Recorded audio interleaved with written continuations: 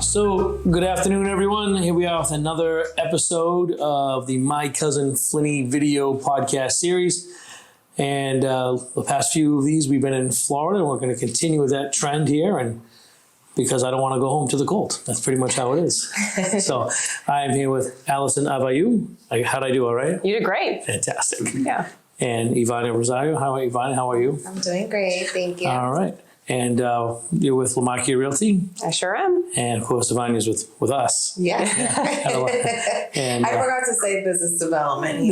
Elias title. We got you. We know.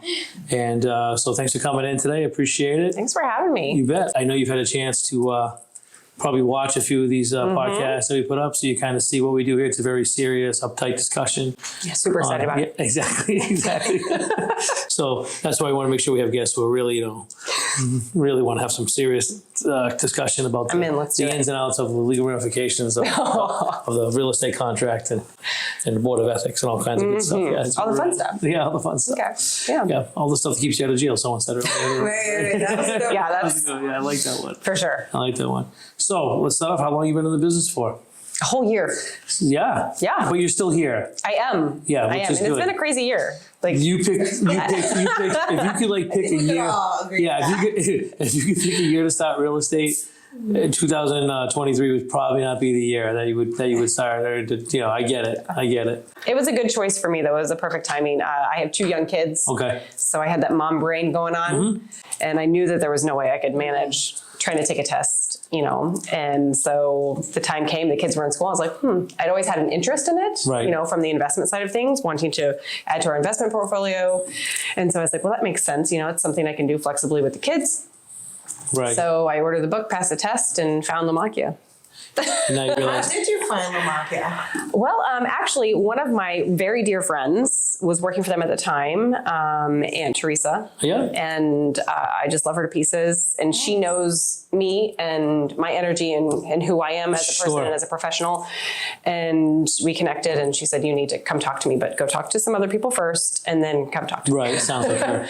So I did, and she was absolutely 100% right. It's the best place. That's great. Yeah. When we got into Florida, we originally were in Central Florida for a little bit, which we still kind of have some stuff going on up there.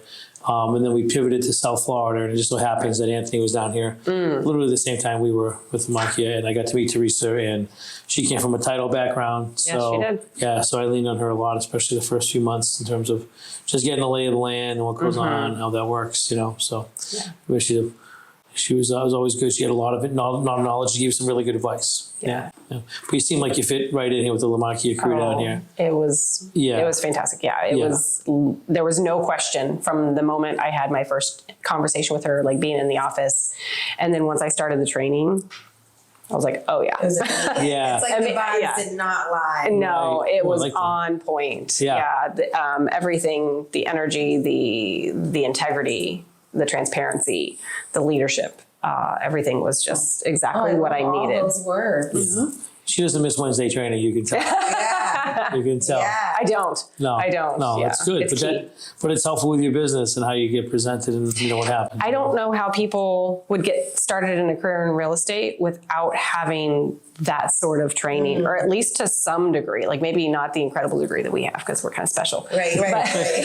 No, but there is that learning curve. Because the test doesn't teach you anything, and then they're just thrown to the wolves, and then you're supposed to help people through the home buying process, which is complicated. It is. And tricky, and with no background in training. Right. And it is because in your role, where we handle multiple states of transactions, we get to see and give you some perspective on that and try to share that with you. But, agents in Florida are just one of those states where you do the brunt of the legwork, And from a title perspective, we're here basically just to do that, And so some of the stuff that we bring to you in terms of added bonus features, so to speak, or things and stuff that we do naturally in other states, So in other states, we're in the nitty gritty on the contract, and we're in on closing day and we're negotiating over things, you're negotiating over like why there wasn't the washer left, or how come they took the favorite tree out of the front yard, or you know exactly what I'm talking about, right? Like all the crazy things. And we're in that day to day. Down here we're not, and believe me, I don't miss it one bit.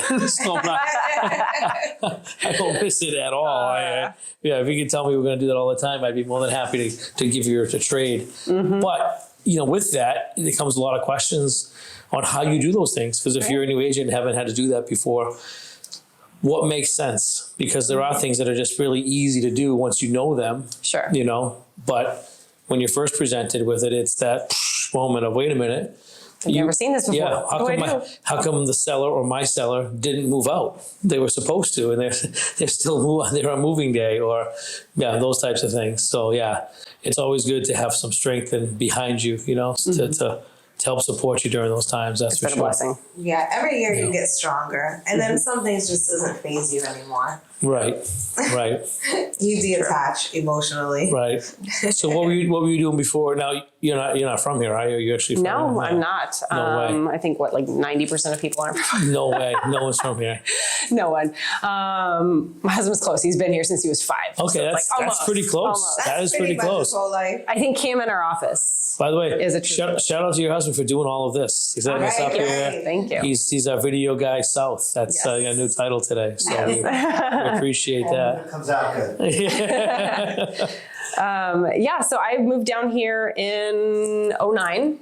Where are you from? I'm from Kansas originally. Kansas. Yes. You're not in Kansas anymore. No, I'm not. How many times have you heard that, right? Never. I gotta be the first person to say that? Never. Okay, good. My grandmother's name was Dorothy, though. Oh my goodness! No way. I never had a dog named Toto. No. But my grandmother's name was Dorothy. And, everybody pictures Kansas as cornfields and tumbleweeds, which is very accurate for 90% of the state. Right. But I'm from the east side, very close to the Missouri border. So it's, Flint Hills. So. Gotcha. Yeah. See the Flint Hills? The Flint Hills, that's what it's called. Okay. Yeah. Yeah, but I hate winter. Absolutely. That's why we all come over here. If it goes below 75, forget it. I'm cold. I'm done. I'm cranky. Yes. You don't. Right. Yeah, that's so true. So this cold front we have, I'm not down with it. Right. Oh my God, it's so cold, right? I think it's great.